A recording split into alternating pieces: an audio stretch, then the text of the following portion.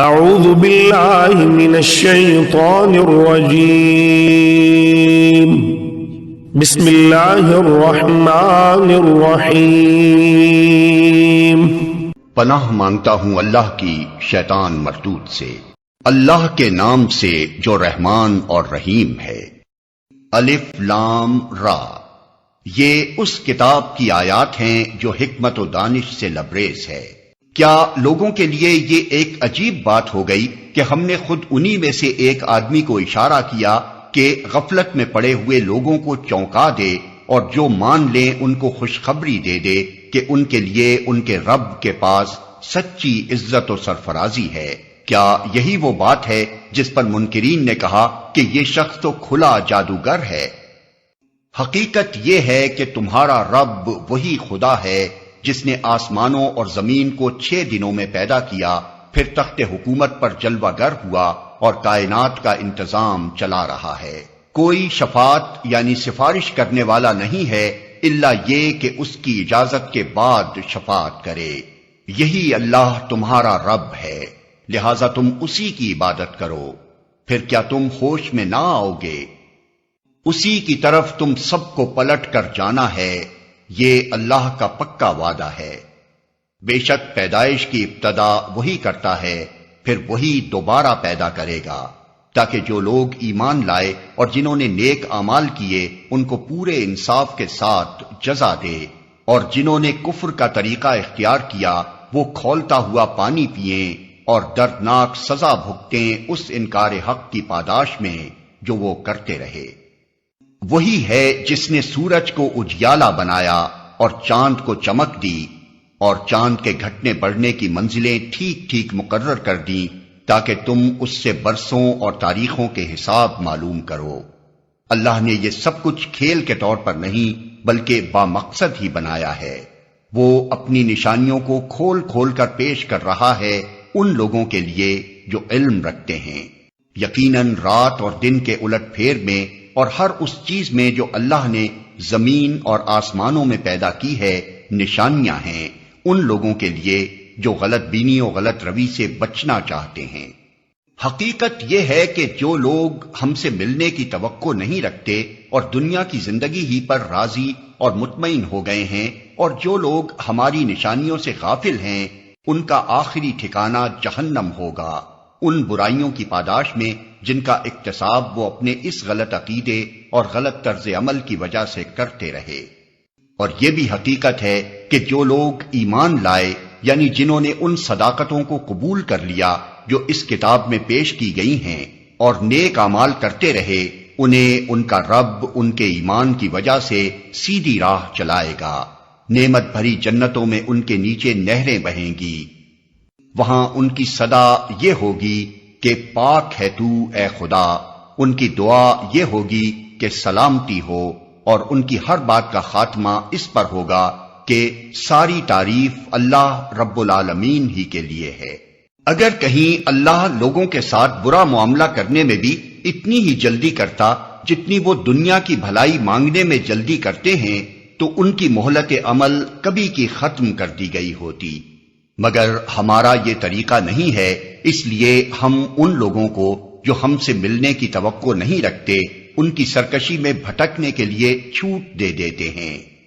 انسان کا حال یہ ہے کہ جب اس پر کوئی سخت وقت آتا ہے تو کھڑے اور بیٹھے اور لیٹے ہم کو پکارتا ہے، مگر جب ہم اس کی مصیبت ٹال دیتے ہیں تو ایسا چل نکلتا ہے کہ گویا اس نے کبھی اپنے کسی برے وقت پر ہم کو پکارا ہی نہ تھا۔ اس طرح حد سے گزر جانے والوں کے لیے ان کے کرتوت خوشنما بنا دیے گئے ہیں۔ لوگو، تم سے پہلے کی قوموں کو جو اپنے اپنے زمانے میں برسر عروج تھیں ہم نے ہلاک کر دیا جب انہوں نے ظلم کی روش اختیار کی، اور ان کے رسول ان کے پاس کھلی کھلی نشانیاں لے کر آئے اور انہوں نے ایمان لا کر ہی نہ دیا۔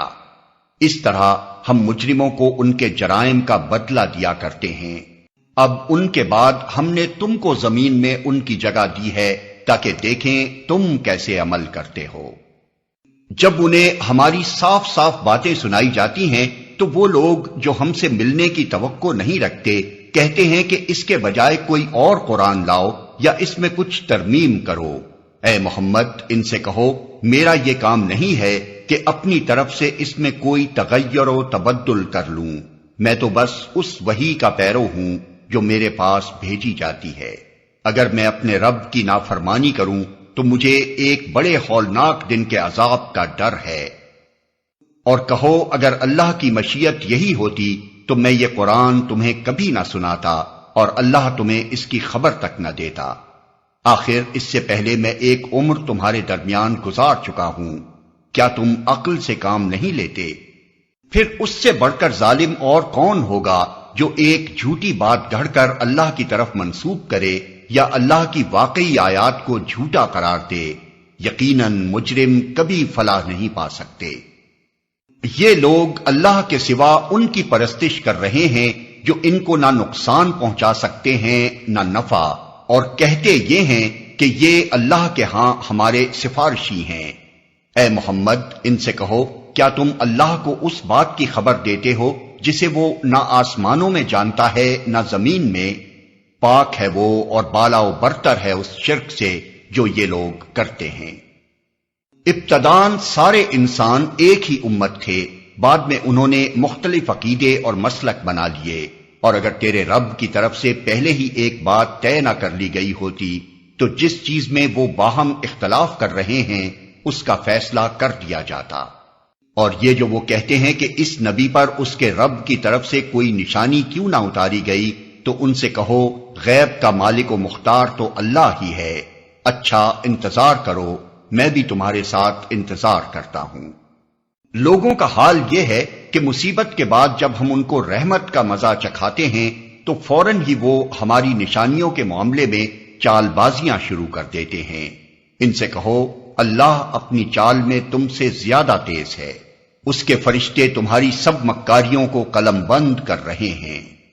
وہ اللہ ہی ہے جو تم کو خشکی اور تری میں چلاتا ہے، چنانچہ جب تم کشتیوں میں سوار ہو کر باد موافق پر فرحاں و شاداں سفر کر رہے ہوتے ہو اور پھر یکا یک باد مخالف کا زور ہوتا ہے اور ہر طرف سے موجوں کے تھپیڑے لگتے ہیں اور مسافر سمجھ لیتے ہیں کہ طوفان میں گھر گئے، اس وقت سب اپنے دین کو اللہ ہی کے لیے خالص کر کے اس سے دعائیں مانگتے ہیں کہ اگر تو نے ہم کو اس بلا سے نجات دے دی تو ہم شکر گزار بندے بنیں گے۔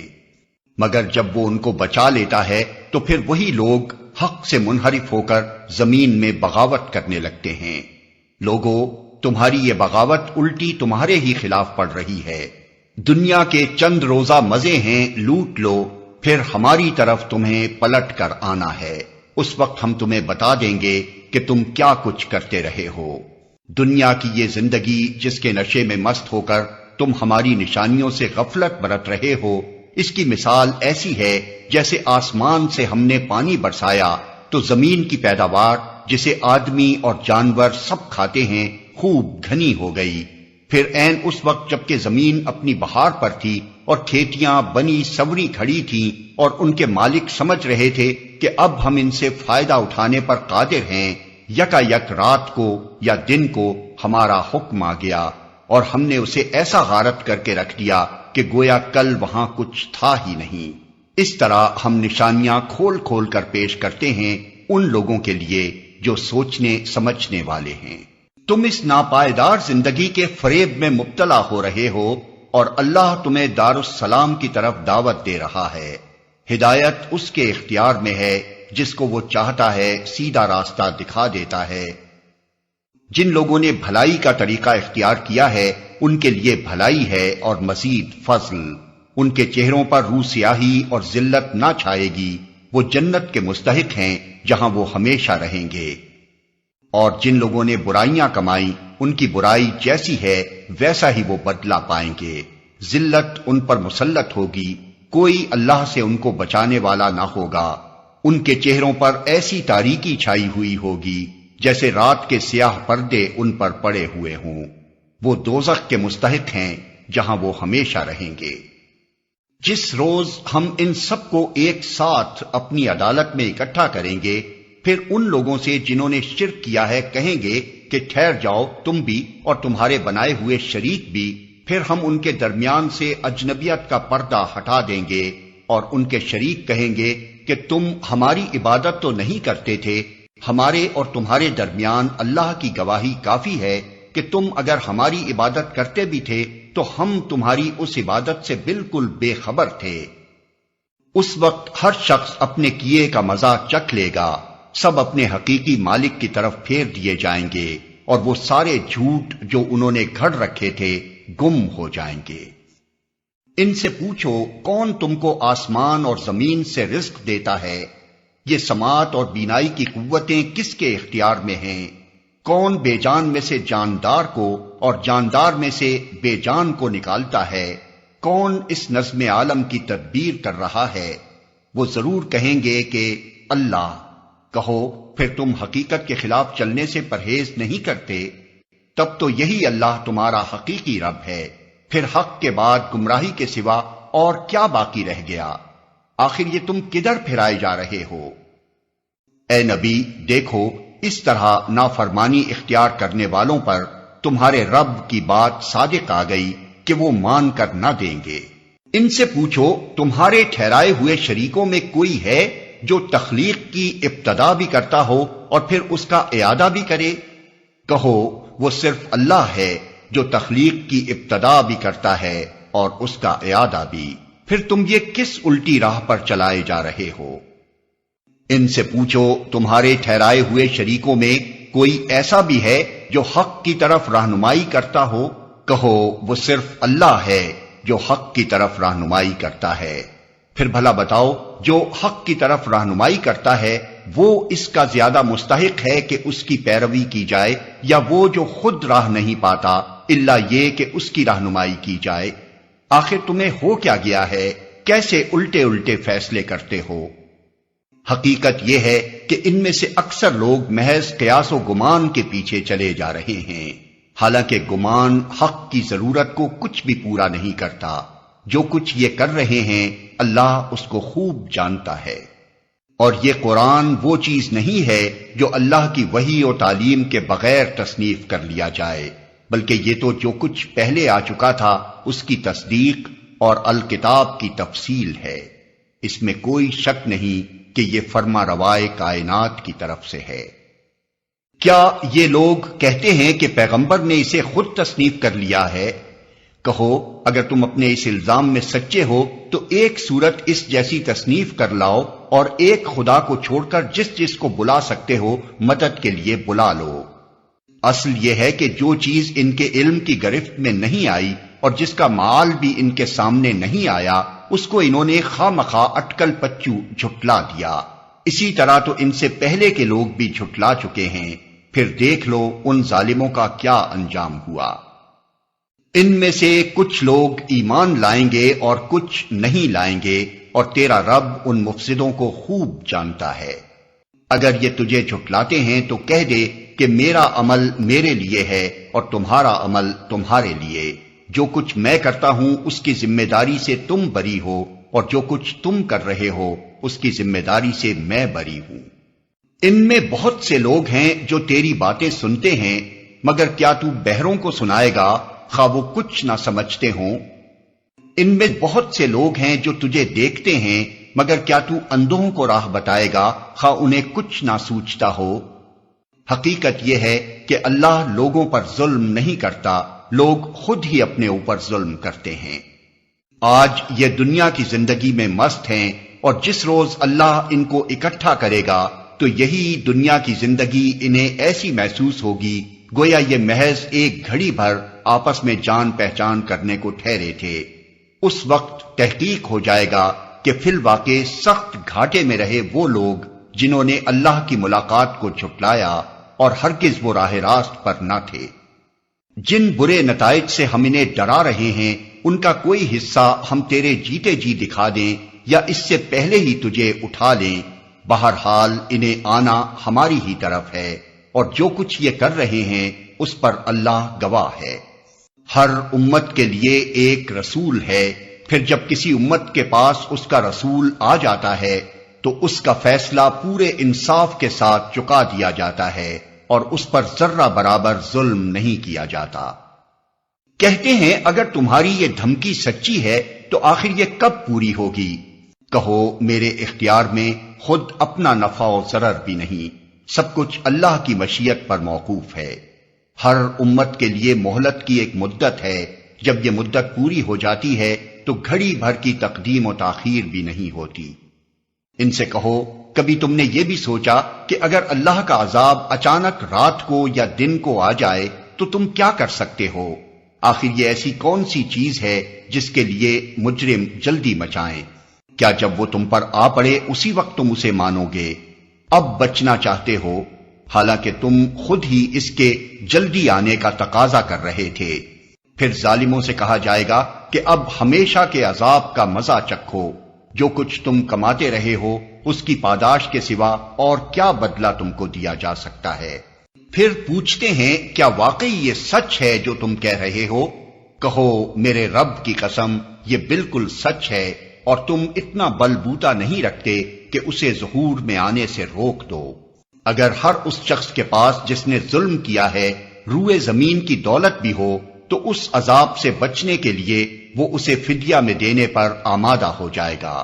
جب یہ لوگ اس عذاب کو دیکھ لیں گے تو دل ہی دل میں پچھتائیں گے، مگر ان کے درمیان پورے انصاف سے فیصلہ کیا جائے گا، کوئی ظلم ان پر نہ ہوگا۔ سنو، آسمانوں اور زمین میں جو کچھ ہے اللہ کا ہے، سن رکھو اللہ کا وعدہ سچا ہے، مگر اکثر انسان جانتے نہیں ہیں۔ وہی زندگی بخشتا ہے اور وہی موت دیتا ہے، اور اسی کی طرف تم سب کو پلٹنا ہے۔ لوگو، تمہارے پاس تمہارے رب کی طرف سے نصیحت آ گئی ہے، یہ وہ چیز ہے جو دلوں کے امراض کی شفا ہے، اور جو اسے قبول کر لیں ان کے لیے رہنمائی اور رحمت ہے۔ اے نبی، کہو کہ یہ اللہ کا فضل اور اس کی مہربانی ہے کہ یہ چیز اس نے بھیجی، اس پر تو لوگوں کو خوشی منانی چاہیے۔ یہ ان سب چیزوں سے بہتر ہے جنہیں لوگ سمیٹ رہے ہیں۔ اے نبی، ان سے کہو تم لوگوں نے کبھی یہ بھی سوچا ہے کہ جو رزق اللہ نے تمہارے لیے اتارا تھا اس میں سے تم نے خود ہی کسی کو حرام اور کسی کو حلال ٹھہرا لیا؟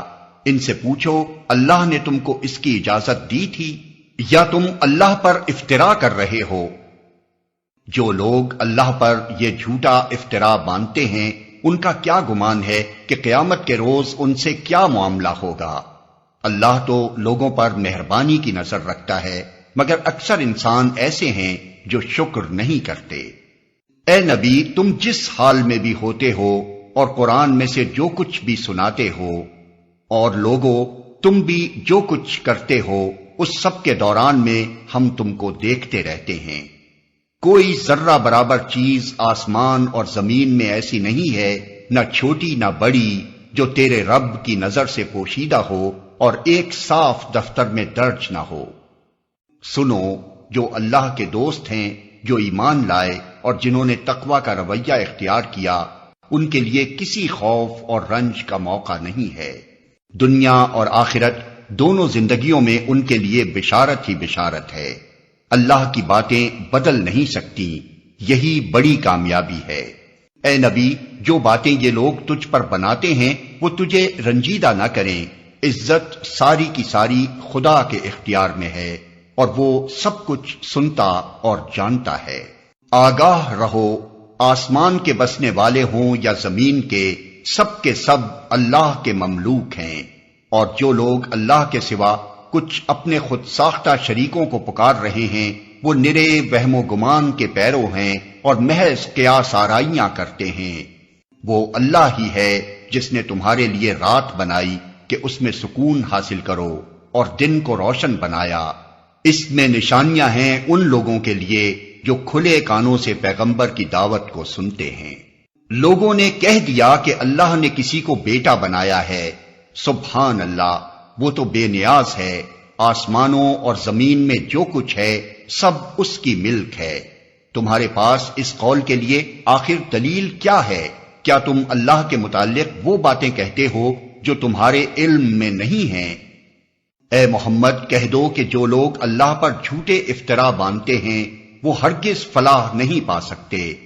دنیا کی چند روزہ زندگی میں مزے کر لیں، پھر ہماری طرف ان کو پلٹنا ہے، پھر ہم اس کفر کے بدلے جس کا ارتکاب وہ کر رہے ہیں ان کو سخت عذاب کا مزہ چکھائیں گے۔ ان کو نوح کا قصہ سناؤ، اس وقت کا قصہ جب اس نے اپنی قوم سے کہا تھا کہ اے برادران قوم، اگر میرا تمہارے درمیان رہنا اور اللہ کی آیات سنا سنا کر تمہیں غفلت سے بیدار کرنا تمہارے لیے ناقابل برداشت ہو گیا ہے تو میرا بھروسہ اللہ پر ہے۔ تم اپنے ٹھہرائے ہوئے شریکوں کو ساتھ لے کر ایک متفقہ فیصلہ کر لو، اور جو منصوبہ تمہارے پیش نظر ہو اس کو خوب سوچ سمجھ لو تاکہ اس کا کوئی پہلو تمہاری نگاہ سے پوشیدہ نہ رہے۔ پھر میرے خلاف اس کو عمل میں لے آؤ اور مجھے ہرگز مہلت نہ دو۔ تم نے میری نصیحت سے منہ موڑا تو میرا کیا نقصان کیا؟ میں تم سے کسی اجر کا طلبگار نہ تھا، میرا اجر تو اللہ کے ذمے ہے، اور مجھے حکم دیا گیا ہے کہ خواہ کوئی مانے یا نہ مانے میں خود مسلم بن کر رہوں۔ انہوں نے اسے جھٹلایا اور نتیجہ یہ ہوا کہ ہم نے اسے اور ان لوگوں کو جو اس کے ساتھ کشتی میں تھے بچا لیا، اور انہی کو زمین میں جانشین بنایا، اور ان سب لوگوں کو غرق کر دیا جنہوں نے ہماری آیات کو جھٹلایا تھا۔ پس دیکھ لو کہ جنہیں متنبع کیا گیا تھا اور پھر بھی انہوں نے مان کر نہ دیا، ان کا انجام کیا ہوا۔ پھر نوح کے بعد ہم نے مختلف پیغمبروں کو ان کی قوموں کی طرف بھیجا، اور وہ ان کے پاس کھلی کھلی نشانیاں لے کر آئے، مگر جس چیز کو انہوں نے پہلے جھٹلا دیا تھا اسے پھر مان کر نہ دیا۔ اس طرح ہم حد سے گزر جانے والوں کے دلوں پر ٹھپا لگا دیتے ہیں۔ پھر ان کے بعد ہم نے موسیٰ اور ہارون کو اپنی نشانیوں کے ساتھ فرعون اور اس کے سرداروں کی طرف بھیجا، مگر انہوں نے اپنی بڑائی کا گھمنڈ کیا اور وہ مجرم لوگ تھے۔ پس جب ہمارے پاس سے حق ان کے سامنے آیا تو انہوں نے کہہ دیا کہ یہ تو کھلا جادو ہے۔ موسیٰ نے کہا، تم حق کو یہ کہتے ہو جبکہ وہ تمہارے سامنے آ گیا، کیا یہ جادو ہے؟ حالانکہ جادوگر فلاح نہیں پایا کرتے۔ انہوں نے جواب میں کہا، کیا تو اس لیے آیا ہے کہ ہمیں اس طریقے سے پھیر دے جس پر ہم نے اپنے باپ دادا کو پایا ہے، اور زمین میں بڑائی تم دونوں کی قائم ہو جائے؟ تمہاری بات تو ہم ماننے والے نہیں ہیں۔ اور فرعون نے اپنے آدمیوں سے کہا کہ ہر ماہر فن جادوگر کو میرے پاس حاضر کرو۔ جب جادوگر آ گئے تو موسیٰ نے ان سے کہا، جو کچھ تمہیں پھینکنا ہے پھینکو۔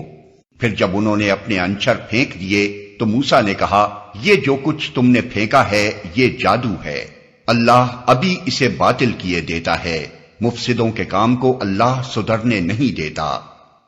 اور اللہ اپنے فرمانوں سے حق کو حق کر دکھاتا ہے، خواہ مجرموں کو وہ کتنا ہی ناگوار ہو۔ پھر دیکھو کہ موسیٰ کو اس کی قوم میں سے چند نوجوانوں کے سوا کسی نے نہ مانا، فرعون کے ڈر سے اور خود اپنی قوم کے سربرآوردہ لوگوں کے ڈر سے، جنہیں خوف تھا کہ فرعون ان کو عذاب میں مبتلا کرے گا۔ اور واقعہ یہ ہے کہ فرعون زمین میں غلبہ رکھتا تھا، اور وہ ان لوگوں میں سے تھا جو کسی حد پر رکتے نہیں ہیں۔ موسیٰ نے اپنی قوم سے کہا کہ لوگو، اگر تم واقعی اللہ پر ایمان رکھتے ہو تو اس پر بھروسہ کرو اگر مسلمان ہو۔ انہوں نے جواب دیا، ہم نے اللہ ہی پر بھروسہ کیا، اے ہمارے رب، ہمیں ظالم لوگوں کے لیے فتنہ نہ بنا، اور اپنی رحمت سے ہم کو کافروں سے نجات دے۔ اور ہم نے موسیٰ اور اس کے بھائی کو اشارہ کیا کہ مصر میں چند مکان اپنی قوم کے لیے مہیا کرو، اور اپنے ان مکانوں کو قبلہ ٹھہرا لو، اور نماز قائم کرو، اور اہل ایمان کو بشارت دے دو۔ موسیٰ نے دعا کی، اے ہمارے رب، تو نے فرعون اور اس کے سرداروں کو دنیا کی زندگی میں زینت اور اموال سے نواز رکھا ہے، اے رب، کیا یہ اس لیے ہے کہ وہ لوگوں کو تیری راہ سے بھٹکائیں؟ اے رب، ان کے مال غارت کر دے اور ان کے دلوں پر ایسی مہر کر دے کہ ایمان نہ لائیں جب تک دردناک عذاب نہ دیکھ لیں۔ اللہ تعالیٰ نے جواب میں فرمایا، تم دونوں کی دعا قبول کی گئی، ثابت قدم رہو اور ان لوگوں کے طریقے کی ہرگز پیروی نہ کرو جو علم نہیں رکھتے۔ اور ہم بنی اسرائیل کو سمندر سے گزار لے گئے، پھر فرعون اور اس کے لشکر ظلم اور زیادتی کی غرض سے ان کے پیچھے چلے، حتیٰ کہ جب فرعون ڈوبنے لگا تو بول اٹھا، میں نے مان لیا کہ خداوند حقیقی اس کے سوا کوئی نہیں ہے جس پر بنی اسرائیل ایمان لائے، اور میں بھی سر اطاعت جھکا دینے والوں میں سے ہوں۔ جواب دیا گیا، اب ایمان لاتا ہے، حالانکہ اس سے پہلے تک تو نافرمانی کرتا رہا اور فساد برپا کرنے والوں میں سے تھا۔